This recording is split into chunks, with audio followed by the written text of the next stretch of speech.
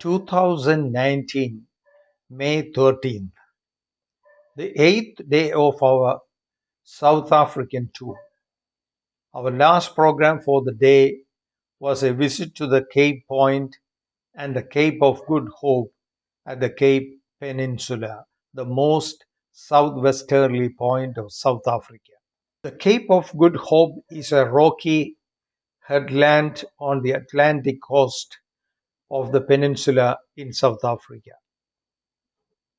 The Cape Peninsula is a narrow finger of land with beautiful valleys, bays, and beaches.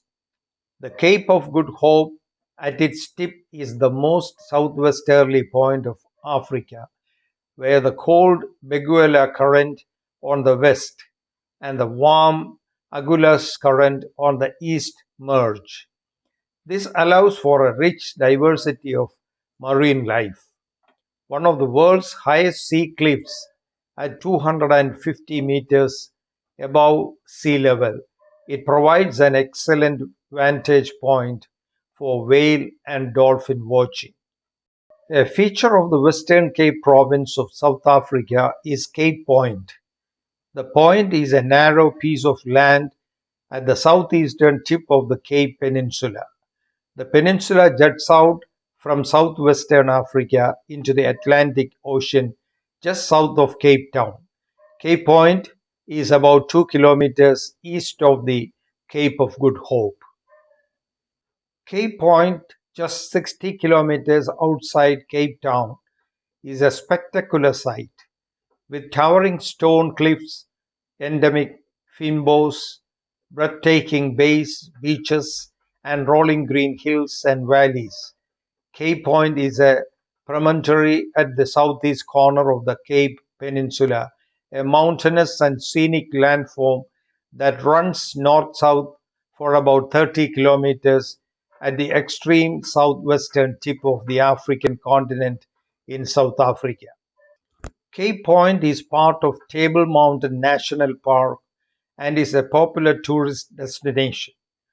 A funicular or cable car carries visitors to a lookout point at the old lighthouse. There is also a weather research station at Cape Point.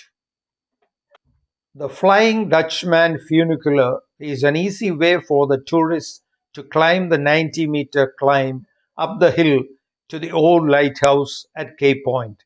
The two 40-seater carriages travel from the parking lot along an almost 600-meter track through dense fynbos to the old lighthouse every 3 minutes.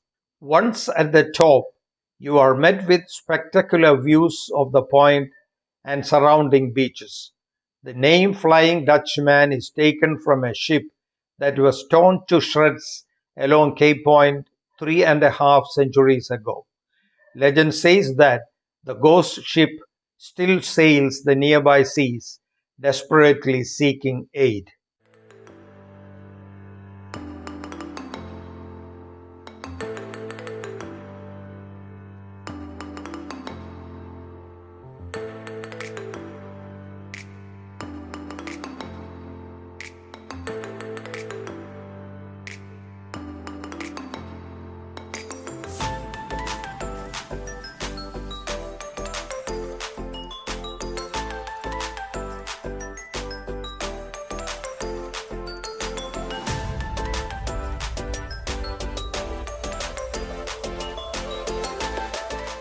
From the old lighthouse, breathtaking views of the two oceans and surrounding coastline can be enjoyed. And from August to October, you might even catch sightings of whales with the help of binoculars. The funicular line runs from a lower station at the Cape Point car park up an incline through dense fynbos to the upper lighthouse. The funicular leaves from the lower station every 3 minutes, comfortably accommodates 40 passengers per car, and can transport 450 persons to the upper lighthouse per hour, making it the ideal way to whisk closer to the lighthouse even during peak times. Apart from offering visitors an exciting and novel method of travel, taking the Flying Dutchman funicular saves visitors an uphill walk from the car park to see the old lighthouse and enjoy the panoramic views. One of the Cape's most popular tourist destinations, not just because it's the most southwestern point on the African continent. The Cape of Good Hope also happens to be a spectacularly scenic picnic spot with a slew of hiking and cycling trails around it. A steep wooden staircase leads to the lookout point, whose 360-degree views are well worth the climb.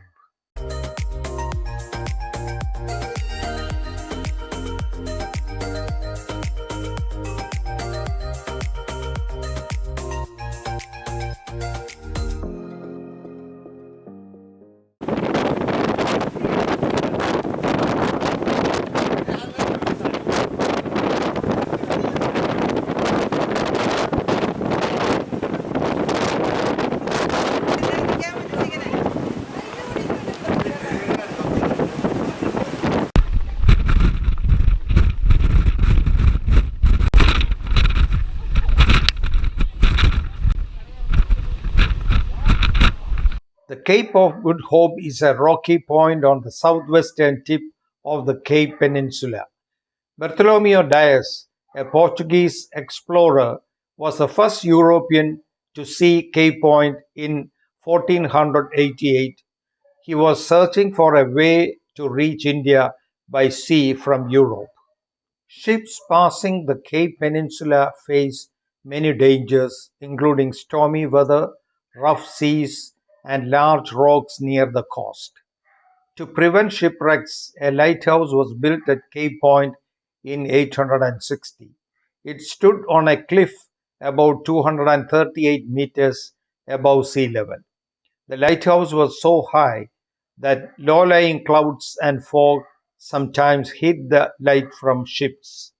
Then, in 1911, a Portuguese ocean liner was wrecked at Cape Point. After that disaster, a new lighthouse was built. It stands about 87 meters above sea level, and the light can be seen from a distance of 63 kilometers. It is the strongest light of any lighthouse on the South African coast. The Cape of Good Hope is sometimes given as the meeting point of the Atlantic Ocean and Indian Ocean. However, Cape Agulhas, about 200 kilometers to the southeast, is defined by the International Hydrographic Organization to be the dividing point between the two oceans. Large animals are a rare sight in the Cape of Good Hope, but there are a wealth of small animals such as lizards, snakes, tortoises, and insects. There are some herds of zebra, eland, and a variety of other antelope. Small mammals include rock hyrax, striped mouse, water mongoose, Cape clawless otter, and white deer. Baboons also inhabit the area.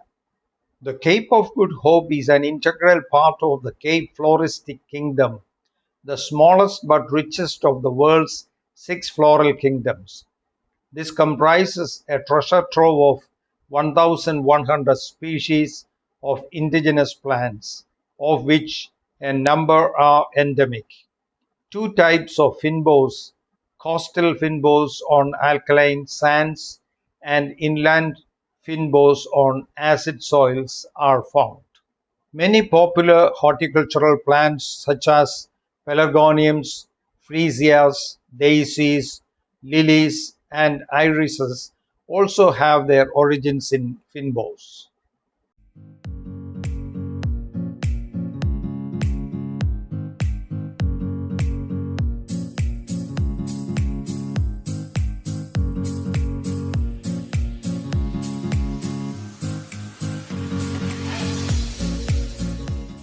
After the visit, we returned from the Cape of Good Hope to Cape Town at sunset.